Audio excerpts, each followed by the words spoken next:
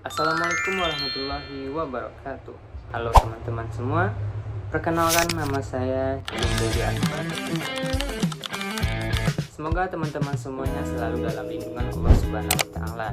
Terima kasih saya ucapkan kepada teman-teman yang sudah menonton video ini dimanapun berada. Di sini kita akan membahas yaitu perkembangan hukum dan dinamika pertumbuhan negara. Dan selanjutnya kita akan membahas sengketa hukum dan menelaah reformasi hukum di Indonesia. Hukum pembangunan dan kesejahteraan umum. Hukum merupakan fondasi dasar bagi setiap negara dalam menjalankan pembangunan nasional.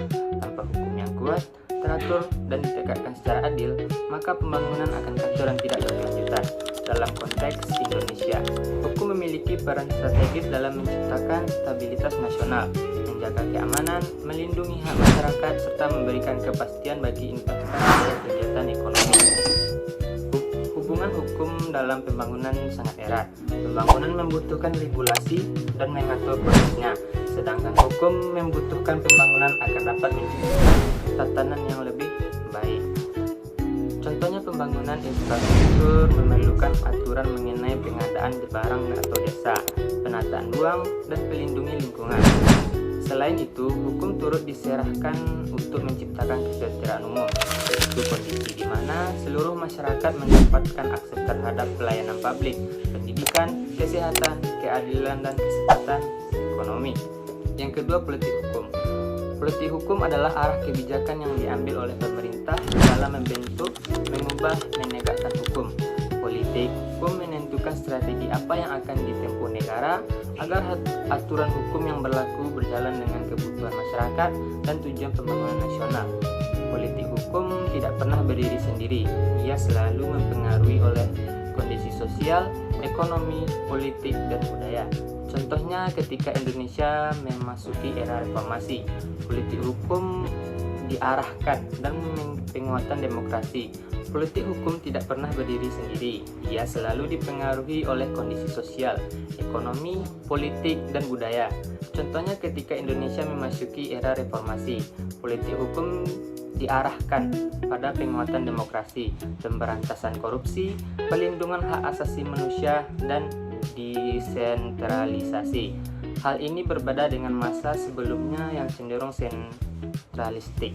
Dalam praktiknya, politik hukum menjawab pertanyaan besar seperti hukum apa yang perlu dibuat atau direvisi, apa tujuan hukum tersebut, bagaimana hukum harus ditegakkan, dan bagaimana yang diberi kewenangan untuk melaksanakan hukum. Dengan memahami politik hukum, kita dapat melihat arah kebijakan negara dalam bidang hukum, serta memahami mengapa suatu undang-undang dibuat atau dirubah. Yang ketiga, hierarki peraturan perundang-undangan. Hierarki peraturan merupakan susunan tingkatan peraturan hukum di Indonesia yang mengatur hubungan antar norma. Susunan ini penting karena menentukan kekuatan mengikat suatu aturan dan mencegah terjadinya konflik antar peraturan. Yang pertama, Undang-Undang 1945, dasar negara dan sumber dari segala hukum di Indonesia. Yang kedua, ketetapan MPR. Yang ketiga, Undang-Undang atau Perpu. Yang keempat, peraturan pemerintah. Yang kelima, peraturan presiden. Yang keenam, peraturan daerah provinsi. Yang ketujuh, peraturan daerah kabupaten dan kota. Hierarki ini berfungsi menjaga konsistensi sistem hukum serta memberikan kepastian kepada masyarakat dan pemerintah. Yang keempat itu pembentukan peraturan perundang-undangan atau legal drafting. Legal drafting adalah seni dan teknik merumuskan peraturan hukum agar memiliki kejelasan, kepastian, dan dapat dilaksanakan. Pembentukan peraturan dilakukan melalui beberapa tahapan. Tahap pembentukan undang-undang. Yang pertama itu perencanaan, yang kedua penyusunan, yang ketiga pembahasan, yang keempat pengesahan, dan prinsip legal drafting yang baik.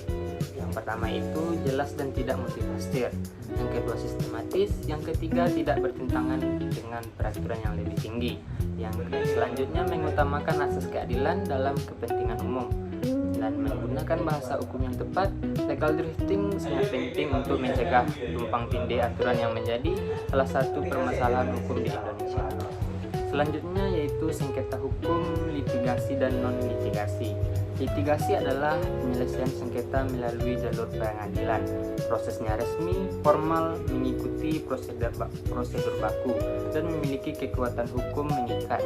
Kelebihan putusan mengikat dan dapat dieksekusi, melindungi hak hukum secara formal. Kekurangannya, proses panjang, biaya relatif besar, prosedur ketat. Selanjutnya non-litigasi. Non-litigasi adalah penyelesaian sengketa di luar pengadilan. Contoh, mediasi, negosiasi, konsiliasi, dan arbitráse. Kelebihannya, lebih cepat, biaya lebih murah, proses fleksibel, hasil win-win solution. Kekurangannya, tidak selalu mengikat. Kedua, memerlukan itikat baik kedua pihak. Selanjutnya yaitu hukum acara dan macam-macamnya. Hukum acara adalah aturan yang mengatur bagaimana suatu perkara dibawa ke pengadilan dan diproses hingga memperoleh putusan. Tanpa hukum acara, sistem peradilan dan tidak terstruktur. Macam-macam hukum acara. Yang pertama yaitu hukum acara pidana atau KUHP. Mengatur, menyediakan, menangkap, menahan, penutupan hingga pemeriksaan di pengadilan. Fokus utamanya yaitu mencari kebenaran material. Yang kedua, hukum acara perdata, mengatur, menyelesaikan sengketa antar individu atau badan hukum dalam hal dan kewajiban.